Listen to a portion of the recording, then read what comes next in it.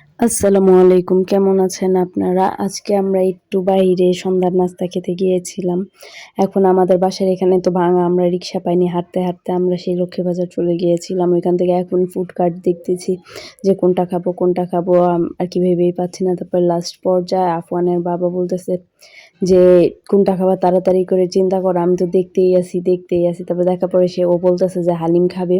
তারপর ও হালিম খাইলো। হালিম খাওয়ার পরে তারপর আমি বলতেছি, "আমি হালিম খাবো না, আমি ডোসা খাবো।" তারপর আমার জন্য একটা ডোসা অর্ডার করলো। এখন ডোসাটা দেখে একা আর খেতে পারি না, পেট ভরে গেছে। তারপর আমি বলতেছি যে, "আসো আমরা দুজনে একসাথে খাই।" তারপর আবার বললাম ওরে যে, "আমি আমার হাত দিয়ে কিভাবে খাবো? আমার হাতে তো ব্যথা পাইছি। আর কি আমার এই দেখো আমি হাতও দেখাইতেছি, আই আমারে খাওয়ায় দাও।" তারপর আমারে খাওয়ায় দিছে। এখন আসার পালা। আফান বলতেছে মোমো খাবে, ওর জন্য মোমো পার্সেল নিয়ে নিলাম। এখন আমরা বাসার দিকে যাচ্ছি। যেতে দেখি প্রায় ফার্স্টের দিকেই আর কি বিক্রি করতেছে মালাই চা। তারপর বললাম, "আসো আমরা দুজন মিলে মালাই চা খাই।" তারপর ও বলতেছে, "আচ্ছা তাহলে চলো যাওয়ার পথে মালাই চা খেতে থাকি।" এখন যেতেই আছি, রাস্তা আর শেষ হয় না। আফনের বাবা বলতেছে, "এত তাড়াতাড়ি কেউ হাঁটে?" আফনের বাবা বলে, "খালি সে ধাক্কাই খেয়েছে।" আমি কি, ধাক্কা খেলে তো ভালোই, মজা পেয়েছো আলো তুমি। আমি আরো হাসতে ওর সাথে দুষ্টামি করতেছিলাম।